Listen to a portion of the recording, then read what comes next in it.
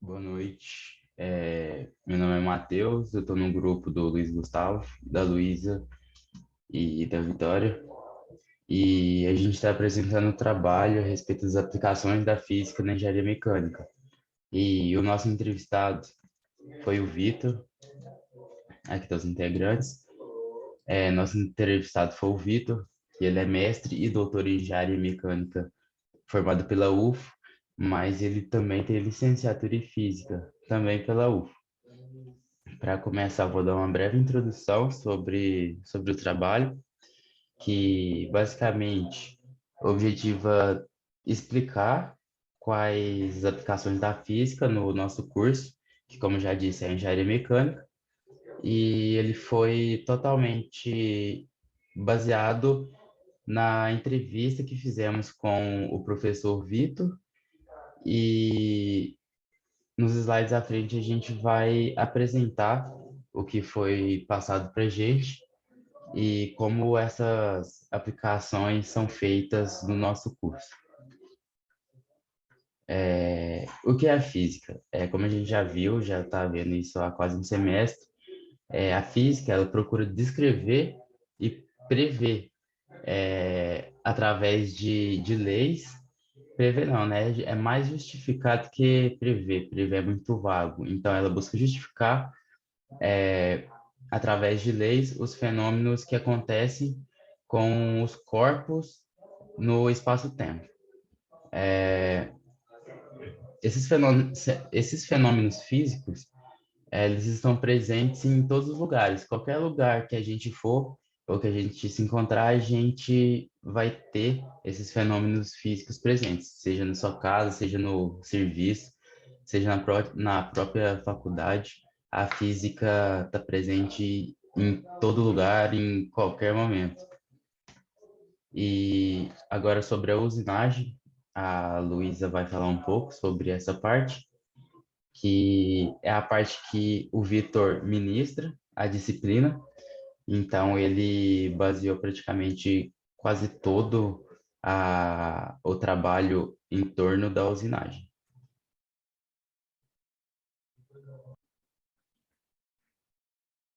Bom, o processo de usinagem é de extrema importância na moldagem das peças atuais. Na indústria metalmecânica, a usinagem é responsável por realizar 80% dos furos das peças, 90% dos componentes da indústria aeroespacial, 100% dos pinos médico-odontológicos e 100% dos processos de melhoria da qualidade superficial são feitos por usinagem. Relacionando um pouco a energia e a física. A energia tem uma definição bem abstrata, é difícil falar uma definição correta do que é energia, mas a energia na física é a capacidade de realizar trabalho. Então, ela está intimamente ligada com força e com movimento. Um pouco dos processos de usinagem. Tem alguns processos que não são convencionais, porque o processo convencional, indo um pouco para frente, é a capacidade de usinar com energia elétrica convertida em energia mecânica. Já os processos não convencionais, alguns exemplos estão aqui, que é eletroerosão, fotoquímica, laser, jato de água e ultrassom. A eletroerosão é energia elétrica convertida em descargas elétricas. Então, cada um desses exemplos vai ter algum tipo de energia convertida em outro, como esse da eletroerosão e como o do laser, por exemplo, que é energia elétrica convertida em energia luminosa.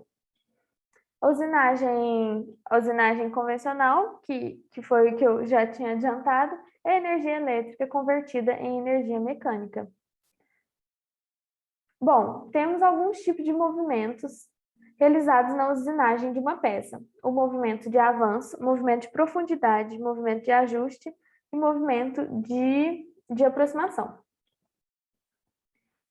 Vou explicar um pouco sobre cada um deles.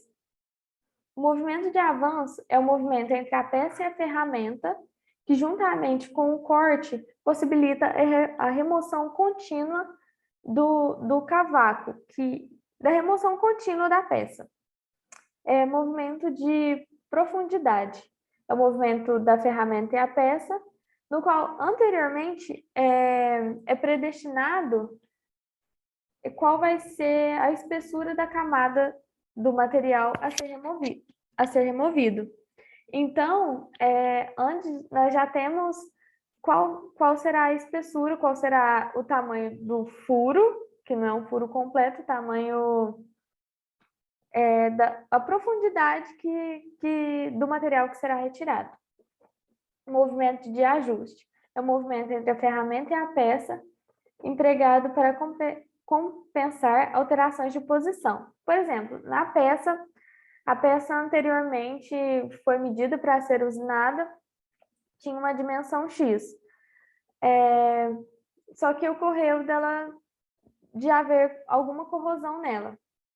Então, para ajustar, para compensar essa corrosão, a gente tem um movimento de ajuste que compensa essa corrosão para ficar no nível correto. O movimento de aproximação. O movimento de aproximação é o movimento da peça entre a peça e a ferramenta, com a finalidade de posicioná-la para iniciar a usinagem. Por exemplo, a usinagem vai começar na peça no ponto X. Então, a ferramenta vai se aproximar da peça nesse ponto X para começar a usinagem, que é o movimento de aproximação. Agora um pouco sobre cinemática. Análise cinemática é essencial para a determinação da localização do órgão nos mecanismos, que é isso que eu falei agora. E para a gente determinar esse movimento, essa profundidade, todos os tipos de movimento que eu falei, a gente usa a cinemática. E utilizando a cinemática, a gente estuda a trajetória. O estudo da trajetória pode ser usado para determinar o caminho que a ferramenta percorrerá. O caminho, a posição, a velocidade, a aceleração, tudo isso é muito importante para a qualidade da peça final. Por exemplo, se eu começo a usinar a peça em uma aceleração, em uma velocidade, e termino em outra, com uma velocidade muito maior, essa ferramenta tendo uma aceleração grande, o começo da peça vai ter uma rugosidade, vai ter até mesmo um atrito. O atrito da peça vai mudar. Vai ter uma rugosidade, no final da peça vai ter outra rugosidade. E isso, para uma peça que deveria ser lisa, por exemplo, já é uma perda bem grande de qualidade. Então, é importantíssimo que a gente faça o estudo da cinemática, o estudo da trajetória, com base nos conceitos físicos, para a qualidade da peça final. Olá, meu nome é Vitória, e agora eu vou falar um pouco sobre as aplicações que percebemos no discurso do professor Vitor durante a entrevista que fizemos com ele. A primeira aplicação que nós percebemos foi sobre o processo de cinemática na usinagem. Primeiro, a usinagem é um processo de desgaste de uma peça a fim de obter outra com uma característica desejada. Para retirar material de uma peça, é necessário saber o tempo de usinagem e isso é obtido por meio de relações da cinemática. Até porque o estudo da usinagem é baseado na mecânica, cinemática, atrito, deformação, na termodinâmica, geração e propagação de calor e nas propriedades dos materiais, como será estudado mais profundamente em outras disciplinas futuras. E através dos dados da velocidade da ferramenta e do comprimento da peça, é possível determinar o tempo do processo. Essa foto à esquerda foi um exemplo de peça que o professor Vitor utilizou para explicar para a gente, exemplificar.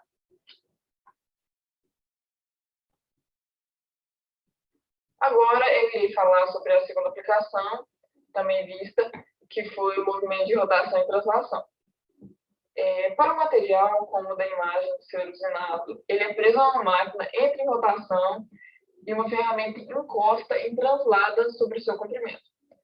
Com o material entra em rotação, ele segue um movimento circular uniforme, adotando as características como velocidade angular e força centrípeta. Geralmente, o processo de remoção de material não é acelerado, para não haver um nível alto de rugosidade no produto final, formando um material parecido com uma superfície de um parafuso, mas que não é o desejado nessa situação, porque, como você pode ver pela imagem, deseja-se um objeto liso.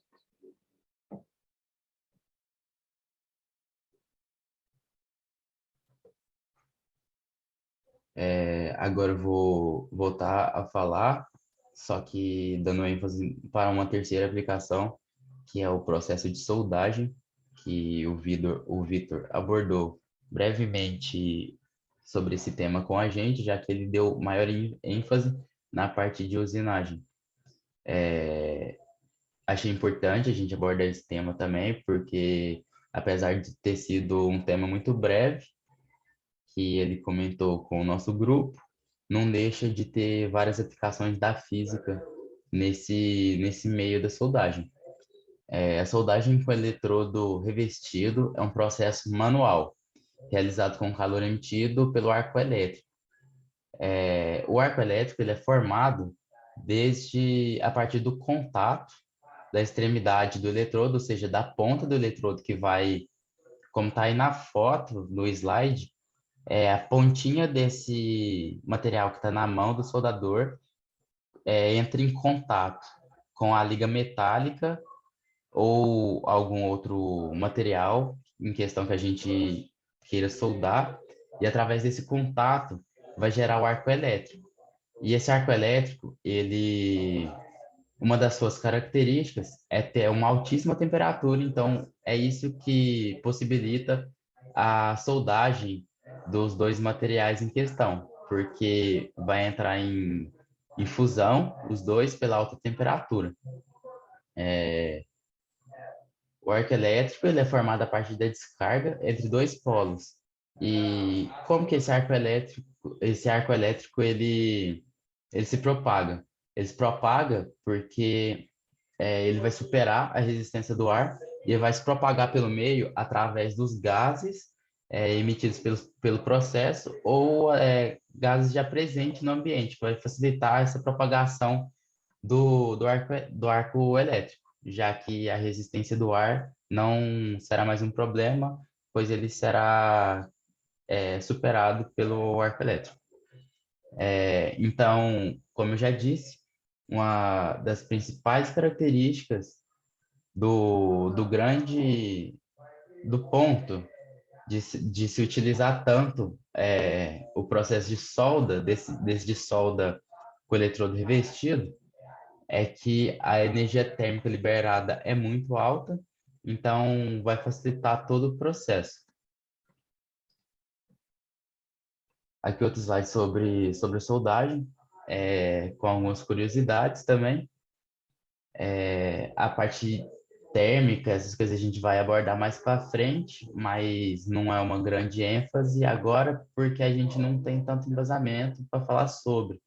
Então a gente ficou mais com a parte que a gente sabe que a gente tem um conhecimento. O arco elétrico ele é provocado por uma corrente de alta intensidade, mantida por uma tensão relativamente baixa. Para quem não sabe, a intensidade da corrente e a tensão elas são inversamente proporcionais. O que isso quer dizer? Quanto menor a tensão, maior a intensidade da corrente elétrica. Isso vice-versa. A intensidade da corrente no ar depende da tensão aplicada nos eletrodos. E agora um último ponto é que durante o processo de soldagem não é liberada apenas energia térmica, como eu já disse várias vezes, mas a liberação também de uma energia luminosa, que é a que a gente vê os clarões quando a gente está presenciando esse processo de solda, que gera vários clarões, a partir desse ponto da liberação da energia luminosa. Vamos lá, eu vou estar falando agora sobre a quarta aplicação da física na engenharia mecânica, E eu vou estar falando agora sobre a aplicação da terceira lei de Newton, que é uma lei que a galera geralmente não dá tanta importância, mas tem bastante utilidade, por exemplo, aqui na área de usinagem. Como exemplo, eu peguei esse corpo de prova que tem na oficina da engenharia mecânica e digamos, por exemplo, você queria fazer furos, qualquer outro tipo de deformação. Então, é necessário que você prenda esse corpo de prova, o seu material, né, que você esteja estudando, trabalhando, na máquina. Você vai estar prendendo ele na máquina. E para que ocorra um desgaste, ocorra, né, uma penetração, é necessário que este corpo de prova, neste caso, ele ofereça uma resistência. Então, é necessário que, assim que a broca ou a ferramenta encostar, ele ofereça uma resistência para que ocorra o desgaste, ocorra a remoção de material. Então, esse sistema ele se caracteriza como uma ação e reação, que é a terceira lei de Newton, e ela, assim, querendo ou não, na parte de usinagem, ela é usada a todo momento, né? Que para toda a usinagem é necessário você estar prendendo o material e, e assim que a ferramenta tocar, é necessário que esse corpo de prova ele ofereça essa resistência para que o esforço da máquina consiga fazer uma penetração e assim está retirando o material até onde for desejado, né? Até onde esteja em sua característica desejada. Na minha quinta aplicação, eu coloquei sobre a área térmica, já fugindo um pouco da usinagem. Essa já é uma parte da engenharia térmica, né, que é uma parte bastante utilizada na fundição, que é um dos nossos braços, né, da engenharia mecânica. E neste caso, eu coloquei na foto aí uma espécie, né, de um vergalhão, uma barra de ferro.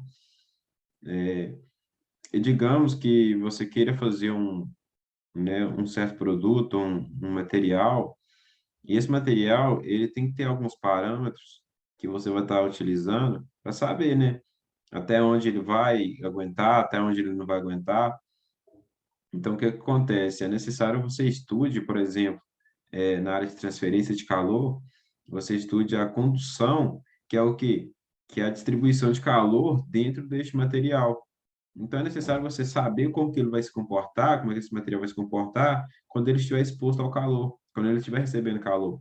Então, é bastante importante, bastante usual nessa questão de fundição, você está utilizando questões da área, né, logicamente, questões da área térmica, que seja, né, a condução, que seja, né, a convecção, radiação, que são áreas ali dentro no caso da matéria de transferência de calor, mas vai ter também questão de termodinâmica, que é um ramo, né, da engenharia mecânica, e é necessário ter todos os parâmetros possíveis, porque materiais são expostos a vários tipos de condições diferentes, e é necessário você ter todos os parâmetros para saber se aquele material você vai poder utilizar ele sem medo algum, sem problema algum do problema do material, ou ele quebrar, rachar, entortar, né? Então é necessário você ter todos os parâmetros corretamente, comparar, e no caso, né, de aceitação, aí vai do projeto, né, dos parâmetros desejados, e é uma aplicação bem direta, né, da física térmica, bastante utilizada na engenharia mecânica, principalmente, né, no que diz respeito à fundição. Também tem outras matérias, né, outros braços da engenharia mecânica que você vai estar utilizando na área térmica, mas essa eu vejo como uma das principais, que usa ali diretamente, né, toda a área de termodinâmica, toda a área de transferência de calor, é uma física térmica diretamente ali utilizada.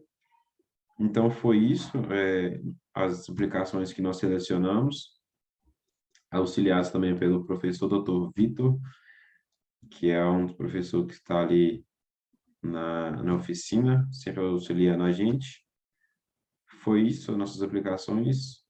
Tem outras, mas selecionamos as que a gente e o professor achou principal de estar demonstrando, né? Porque são, apesar de serem aplicações básicas da física básica, ela é bastante utilizada de maneira até óbvia, né, dentro do nosso curso. E é isso. Ok, chegamos à nossa conclusão de que o seguinte trabalho foi de grande valia para a introdução e aprendizado de novos conceitos que serão revistos com profundidade nas disciplinas futuras do curso de Engenharia Mecânica, tanto na matriz curricular básica quanto nos conteúdos mais aprofundados, e que as palavras pertinentes e objetivas do professor Vitor possibilitaram uma visão diferenciada em relação à matéria, dada previamente na disciplina de Física 1, ministrada pela professora Ariana de Campos. Logo, o resultado foi a melhor assimilação, fixação e ampliação dos conhecimentos dos curiosos ouvintes integrantes do presente trabalho. Nossa. Aqui estão nossas referências bibliográficas. E muito obrigada. Espero que tenham gostado e entendido a breve apresentação sintetizada da entrevista com o professor Vitor.